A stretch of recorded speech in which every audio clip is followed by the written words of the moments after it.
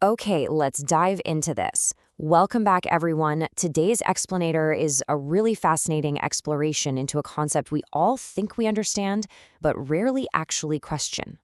We're looking at the architecture of character.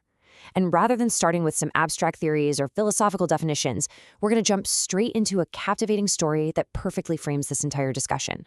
So imagine waking up to a totally ordinary day, only to realize the most fundamental piece of yourself is just gone. It begins as a completely standard morning. At exactly 6 a.m., the town clock rings its six familiar chimes. By 6:05, a man wakes up, goes through his typical routine. At 6:10, he glances at some text and, he perfectly remembers how to read. Everything seems totally fine. But then, at 6:15, a sudden, terrifying realization hits him. Absolute blankness. He has completely forgotten his own name. The bizarre and deeply unsettling reality of this situation was that his practical skills stayed completely intact. He knew how to cook, he remembered the layout of the town's streets, the changing of the seasons, he even remembered his old childhood stories. His brain functionally worked fine, but his name, his identity, the very label that anchored him to the rest of the world, was entirely erased. Naturally, sheer panic sets in. He rushes outside, desperately hoping that someone, anyone, will recognize him and kind of hand him back his identity. But the response he gets is chilling. He goes to the local baker, a guy he's known for years. The baker just looks at him, smiles politely, and says, "I'm sorry, have we met?" He looks for the mailman, who simply shrugs. Even the people he firmly believed were his closest friends walk right past him on the street as if he's completely invisible. That invisible feeling leads to a terrifying existential question. If nobody remembers me, did I matter at all? I mean, imagine the pure dread of knocking on doors you thought were yours, only to find strangers. Every single photograph in the town that should have included him simply doesn't. And whenever someone politely asks him, "So, what's your name?" he just stands there, totally frozen, with absolutely no answer to give. Let's move to part one, rebuilding through action, and see how this builds. So after days of paralyzing panic, he realizes that frantically searching backward for life that's vanished is getting him absolutely nowhere. So he makes a profound choice. Instead of dwelling on his missing identity, he looks around his town and just starts working. He performs unseen, unprompted good deeds. Rapidly, day after day, he repairs broken fences that have been neglected. He carries heavy groceries for the elderly. He sits down and teaches the local children how to read. He finds empty, barren plots of land that have been ignored for years and just starts planting trees. And slowly, a shift in the town's perception begins to happen.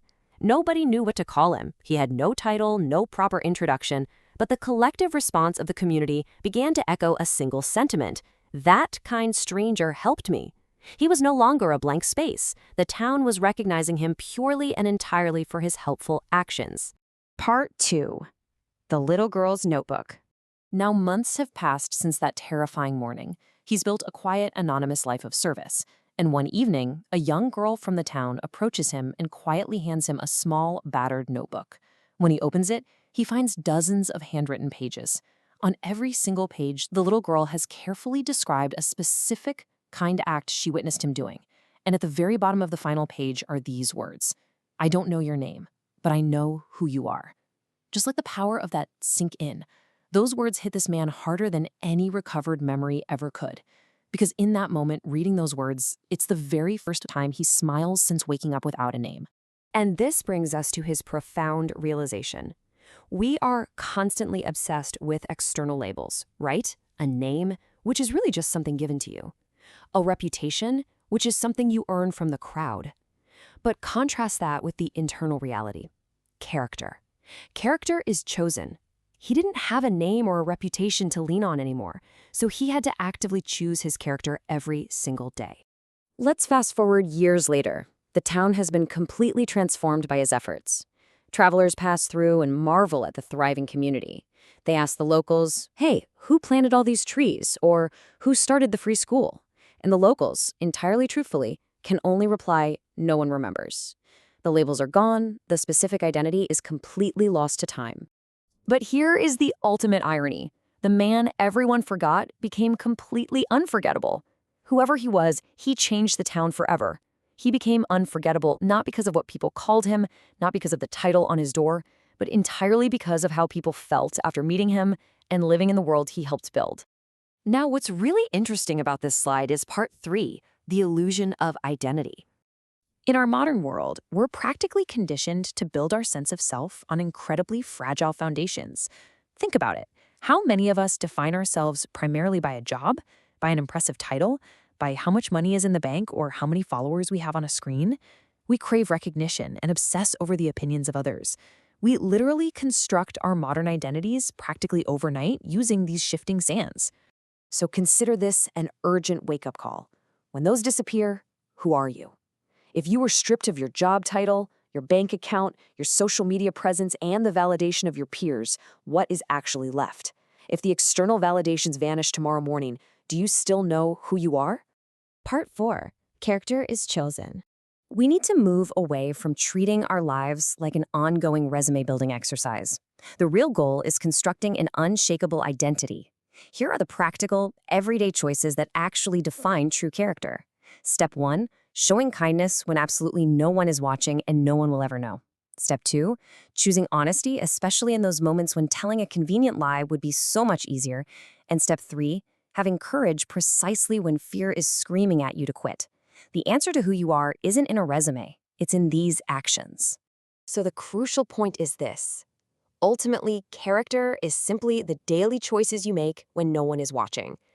It contrasts heavily with the fleeting, superficial achievements we usually chase. A resume tells people what you did for a company when you are being paid. Your character tells people what you did for the people around you when there was absolutely no reward on the table.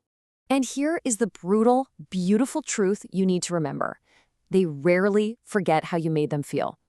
The people in your life, your colleagues, your friends, they're going to forget your face eventually. They will definitely forget your specific achievements. They might even forget your name. But the emotional impact you leave on them, that endures forever. So how do we apply this?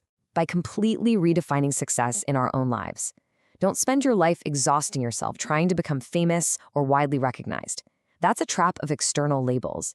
Instead, shift your daily focus to becoming someone whose actions speak so loudly, so clearly, that any formal introduction is completely unnecessary. Your name is only a word. Your character is your real identity. Take a moment to really reflect on that. It's the one thing no one can ever erase. It's the one thing that survives you. So as you close out of this explainer and go about your day, ask yourself this. Are you busy building your resume? Or are you busy building your character?